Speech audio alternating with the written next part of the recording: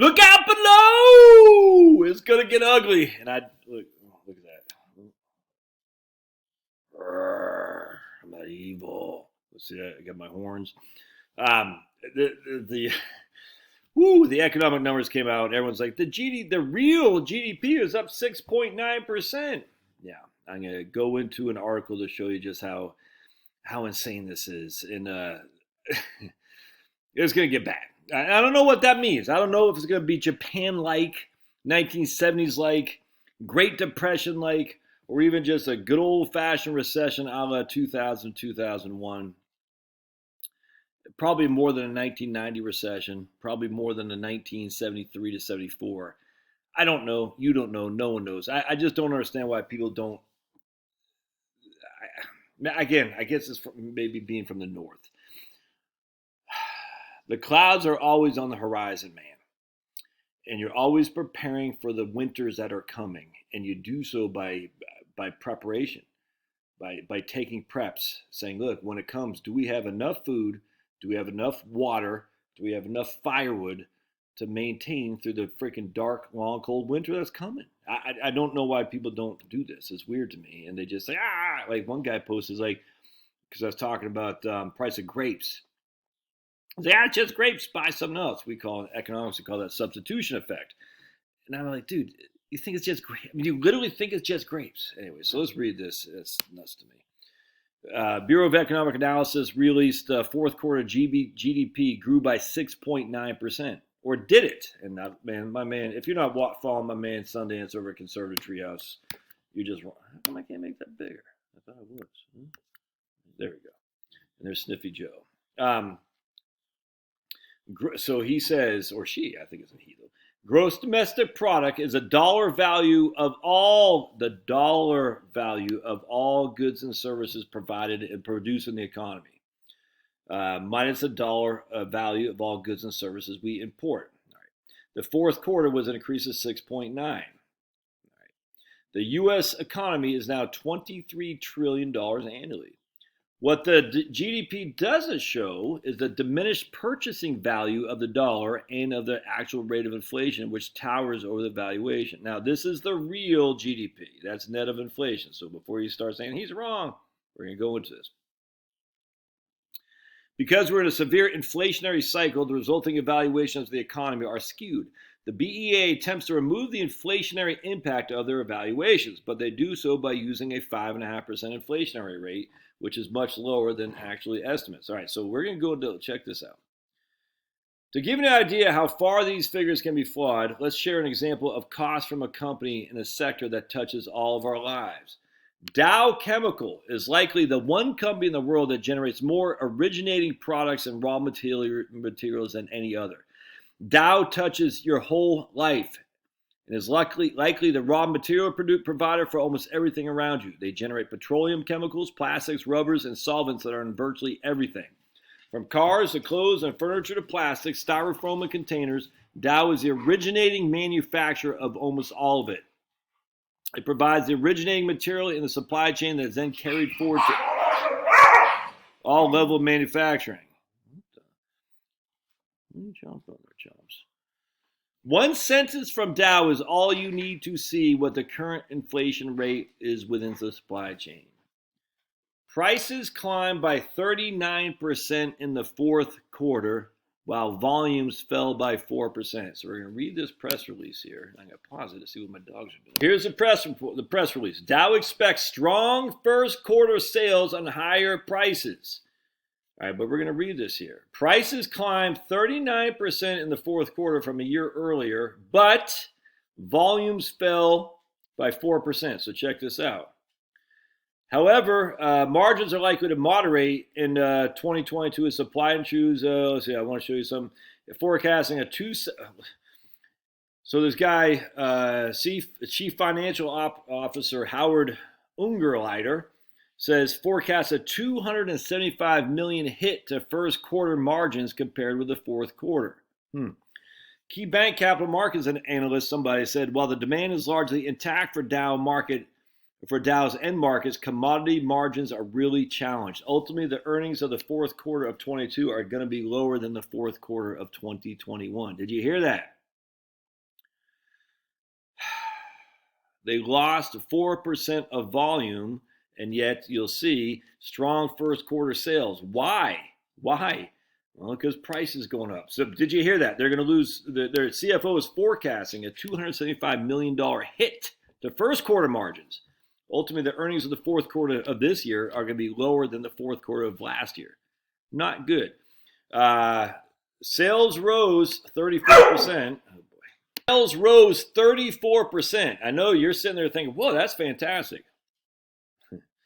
However, this marked the first sequential decline in Dow's revenue in 6 quarters. Interesting. So sales rose 34%, and yet they're expecting a decline and hit to the first quarter margins of $275 million, and earnings per share will be less this year than last. Well, let me show you why. So the cost of producing and processing the industrial products that Dow handles jumped 39%. Sales rose by 34%. Volume fell by 4%. You see something here? The massive increases in costs are at the very beginning of the supply chain. Those prices are then passed to the next level of manufacturing, and then the next level of component creation, the next level of assembly, until a final product is created. The beginning product, the raw material, starts with a 39% increase in price. That is the scale of the original level of inflation that works its way through the system until it finally reaches us. Oh boy, I got all kinds of boys growling. But the net volume of their outputs dropped by 4%. So they made less stuff at a higher price, which is why they say, look at this, strong first quarter sales. 34% increase, but their volume dropped. Take the example and overlay it to GDP. Remember, the GDP isn't a measure of the outputs of stuff. The BEA is only measuring the value, what it's worth. And Sundance says right here, this is so critical. 20 trillion units at $1 per unit equals $20 trillion in GDP in year one. In year two, we got 20 trillion in year two. We got 20 trillion units at 105, which equals $21 trillion, which is an increase in 5% in economic value, GDP. But we haven't created a single product. Did our economy expand at 6.9% in the fourth quarter? Or are we just seeing the increased valuations of goods and services while the actual outputs are shrinking? Did you pay 20% more at the grocery store and leave with 20% more stuff? Or did you pay 20% more at the checkout and leave the same or even less? I think we all know the answer. Checkbook economics is the only economics that matters. I mean, look, utilities, gas, 28%. Cars, 26%. Beef, pork, eggs. This isn't good. This is bad. So if volume is dropping, and price per share in terms of quarterly earnings per share is going to drop, what does that mean for your portfolio? Heaven's sake, man. Prepare for negativity next year, because if earnings, that's what drives prices in stocks. Earnings growth year over year plus dividends. Earnings growth are dropping according to Dow. And everything is based on Dow because that's where the start of the supply chain is. And I want to read you something else here too. We got from my man Brian Westbury over at First Trust, and these are right-wing, I don't say right-wing, but they're definitely Republican, conservative guys, and they're optimistic. Brian was optimistic during Obama, he's optimistic during Trump. He's not optimistic about inflation, but he's probably not like me. He's not a partisan. He's like I am. This is concerning, though. New orders for durable goods declined 0.9% in December, which fell slightly short of consensus expectations, but the decline was heavily concentrated in the notoriously volatile transportation category. Now, strip out transportation, and it turns into a 0.4% rise, while upward revisions to prior months shows that activity in December is up 0.6%. In 2021, durable good orders rose an impressive 12.7%. Now, let's just go back to see if you think that can still happen. Now, actually, I wonder if there's anything on inventories in here. Let me see real quick. All right, I was reading an article on inventories the other day, which I was like, I thought it was from Brian, but I guess not. But it made me nervous because inventories, think about it. You rebuild your inventory after the insanity of the last 2 years, all right? And now you wake up and you see Dow is raising prices to meet with inflation that they have to pay for their raw materials essentially. What's the likelihood of you raising inventories? On top of that, Dow's volumes dropping by 4%.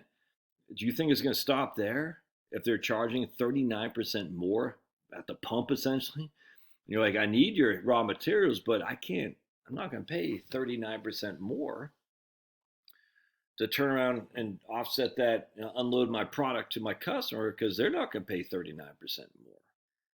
So that's where the spiral comes in. That's where the negativity about deflation is that once deflation sets in, it's a spiral that creates people just holding on. They say, I'm not doing anything because I don't want to be holding the wet bag of a highly inflated product that I can't unload. I don't know. I think that we'll see, man. I absolutely could be wrong. You sit there and I'm like, you can't have a 39% increase on materials that starts at the beginning of the supply chain and not expect to see it elsewhere. Let me show you what else my man Sundance says. I thought this is pretty interesting. He talks about, let's see, where did he talk? Hold on a second. Just along these lines, Kraft Heinz announces next wave of fulfillment price increases up to 30%. This in the last year when Conservative Treehouse discussed the original Kraft Heinz wholesale notification for January 2022, we said it's only the first round, and they're 100% right. The original notification for contracted terms that's 30, 60, 90 days was 20% higher, meaning this month on those group and sectors, prices to retailers went up by 20%. And now you're seeing that at the supermarket. For the next wave, they expect a 30% increase. Anyway, so I want to show you here. These announcements are on top of, right here. So basically what he's saying is, where was it? Oscar Mayer proteins will be the biggest increase at the top end, plus 30%. Maxwell House Coffee on the lower end at 5 to 10%, and the juice category around 20%. A $5 beverage pack will cost $6 in a few weeks. These announcements are on top of the current price increases we're seeing. All right. So what he says, though, I want to show you. As we enter in 2022, inflation continues to dramatically impact the economy, says Kraft. If retailers decide to pass on any of the increased costs, these items will be more expensive for shoppers in stores. U.S. consumer prices rose 7% annually in December, the steepest climb in 39 years. But Kraft has already raised prices on some of these foods. All right. So I want to show what he says to do. Hold on just a second. All right. The field to fork price is not yet known, but will be higher than noted above. We are only seeing the notifications from field through processing into warehousing and distribution. Additionally, the more an item needs to be processed, the higher the price increase will be.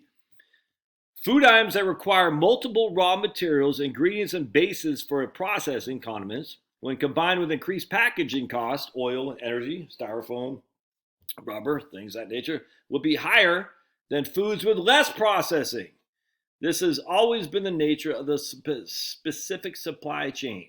Example, many products, food, drinks, and even cleaning products contain citrus bases, additives, flavorings, and distillation. These products will be much higher in price due to the price increases in raw materials, combined with higher energy and petroleum costs. It is an issue of cumulative price increases in the production of the product from beginning to end. Sundance is this guy. I tell you, man, this guy is freaking incredible. I've studied economics basically my whole life, and no one has put it as crisp and clear as this guy. No one has. I haven't. Even for me, your old buddy Josh. I'm not a stupid guy. Like, man, never have I heard it put in such terms, but it makes complete sense. Nobel Prize for my man over in Milwaukee, Wisconsin on financial planning. Can't believe I can't remember his name. And Nobel Prize for Sundance on economics. What the hell's the guy's name in Milwaukee, man? Where FireCalc comes from. I gotta look him up. All right, hold on a second. We're gonna look at FireCalc.com. FireCalc, right there. Freaking Ty Bernanke. That's what it was. All right. So let's see. Conservative Treehouse has recommended preparing for these massive increases in 2022 prices by thinking about the base products you use to make meals at home and holding an extra supply of shelf-stable products, so you won't hit the grocery store and face these massive increases. Your proactive position can help your adult kids, your neighbors, and others at a time of the greatest need. Pride can often stop people from asking for help, so look behind the eyes and see who hesitates to accept it.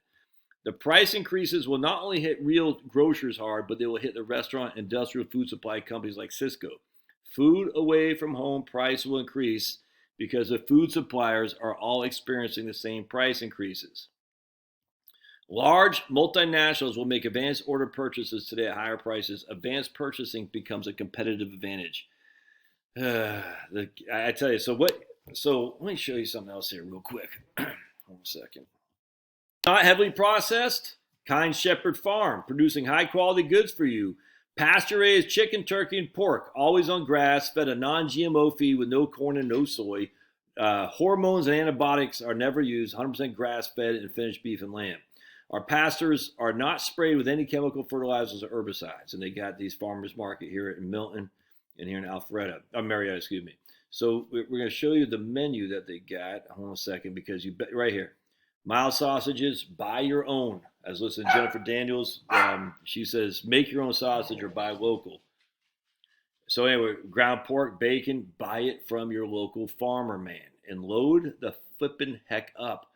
You got Boston butt, spare ribs, chops, bacon, you know what I'm saying? So then you can buy a whole beef box if you want, 25 pounds at $335. I'm going to contact, because I'm going to buy a whole bunch of sausages, bacon, I'm going to buy some spare ribs, and I want to buy that beef box too, because will be less processed, which means it won't be as expensive as the more processed stuff. So learn how to cook your own food. If you can't cook your own food, you're relying on processed stuff, which is going to have all kinds of condiments added to it. Packaging. All right. Love to hear your thoughts. This is, the times are getting tight, man. The times are getting tight, so be prepared. All right. See you.